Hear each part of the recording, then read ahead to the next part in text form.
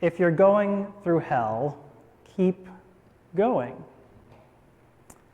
Let me start by saying Happy Pride. Happy Pride. 50 years ago.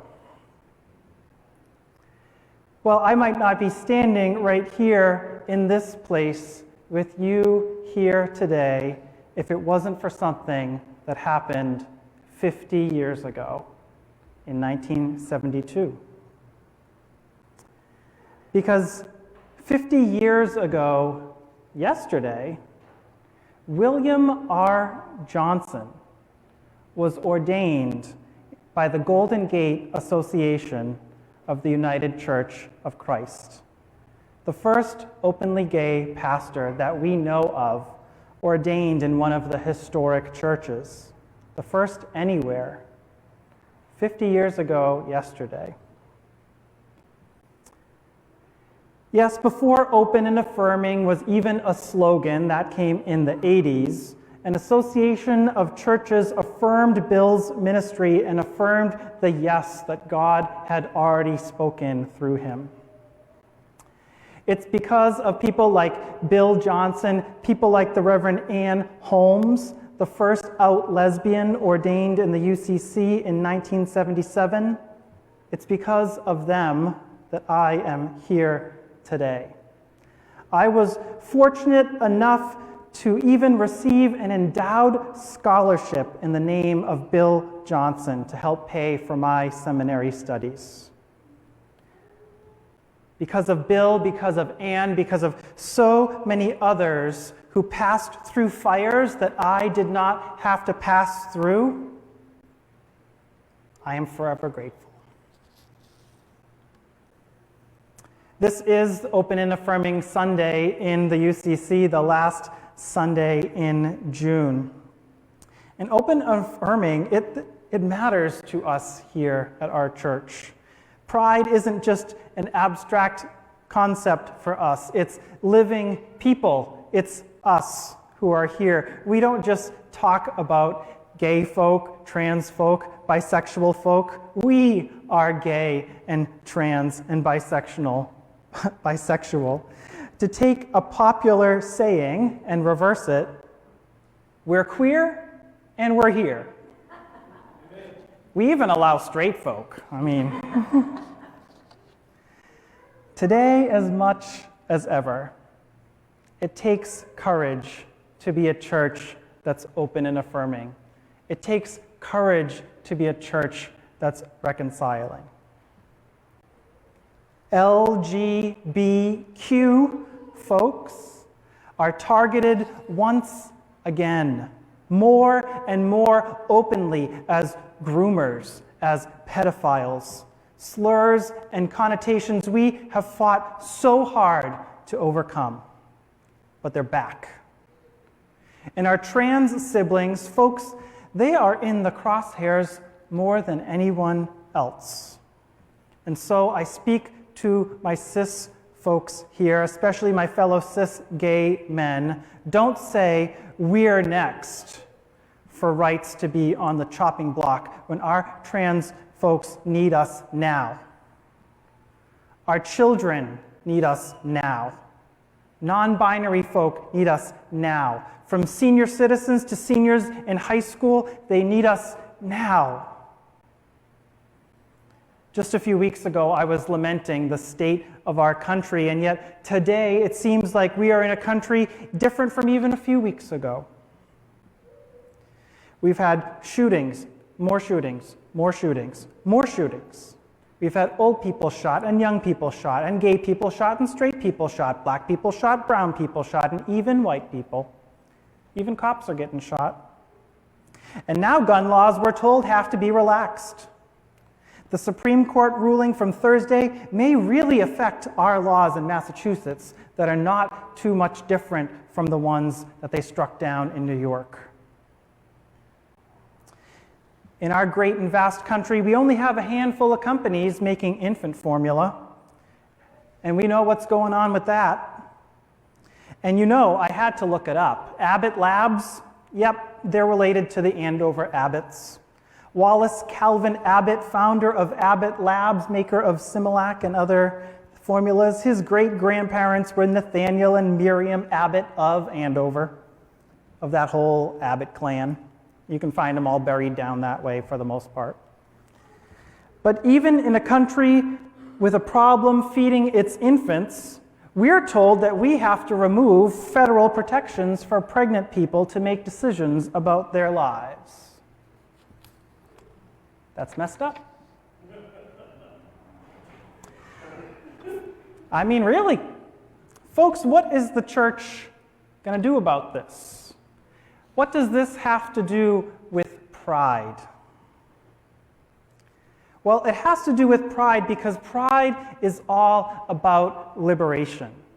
Pride is about taking an institution that tells you God says no and says who? Pride is about going through the fires of hell with people telling you you're going to burn like straw and coming out the other side like the gleaming crystal that God made you. Pride is about walking through those flames and coming out even more flaming. Pride is about when you're going through hell, you keep going. And you know, I really wonder what Winston Churchill is thinking about my using his words this way. But in my mind's eye, I see him moving on to perfection in heaven. And there, I imagine he's with J. Edgar Hoover, she goes by Jessie now, helping him when he gets pronouns wrong and laughing with him while brunch is on the way. Because they figured it out now in heaven. Because that is the reign of God. But I almost forgot about Jesus. I know it's hot today, but stay with me, because we got to have a word from Jesus. So what is our lesson from Jesus for today? Jesus says the reign of God doesn't come in a visible way. You can't say, here it is, or there it is. The reign of God is already in our midst. The reign of God is within you, my friends. When things on the outside seem so messed up, this is the message that I need to hear. Jesus is saying, oh, well, were you waiting for the reign of God to come out of the mouth of some temple? Don't you remember the problems I had with the temple?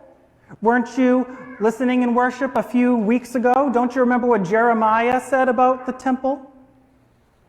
The reign of God is not going to be proclaimed from some temple, not in Jerusalem. The reign of God isn't going to be declared from some marble Capitol dome or at the top of the Supreme Court steps. The reign of God, don't be confused, it's not going to be declared from a golden dome in Boston or even a hot wooden building in Ballardvale. Nope. Jesus says, the reign of God doesn't come that way. It's within you. And Jesus tells us, hold on, because I'm not done yet. I'm not done yet, and so neither are you. You are not done yet. Jesus says, the reign of God, I've seen it in you.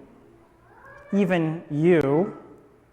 Even that part of you, especially that part, because that's the part where Jesus says, I am right there with you. Jesus says, I've been there. Every insult, I've heard it. Every pain, I've felt it. Every hell on earth and below, I've been there. And I'm still here. I see you. I feel you. I am with you always, always, always, always. Jesus says, hey, look at that guy Paul. He was awful. And I helped turn even him into something pretty good. I had to kick his butt for a few years to knock some sense into him, but he turned out mostly okay. He still got most of it wrong, but he turned a few gems among the crap. Jesus says, hey, Paul did get that temple stuff, you know. Sorta. The temple is you. Only you can build that temple. But this faith that we share, it isn't about Paul. It's not about Apollos, whoever that is. It's not about John the Baptist, or John the Evangelist, or John Calvin, or John Wesley, or John Edwards, or not about John McCain, or John Roberts, or John F. Kennedy, or John Paul II, or any other John you can think of. Because the reign of God is not a sight we can see.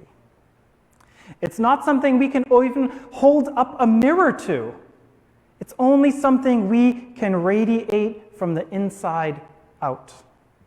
It's something that shows who we are. It's our true self, magnified and alive. That is the test of fire that Paul is talking about here. If you want to show that you have passed that test, it's showing up as who you really are. And when you do that, then I think you've figured out what pride is all about. Amen.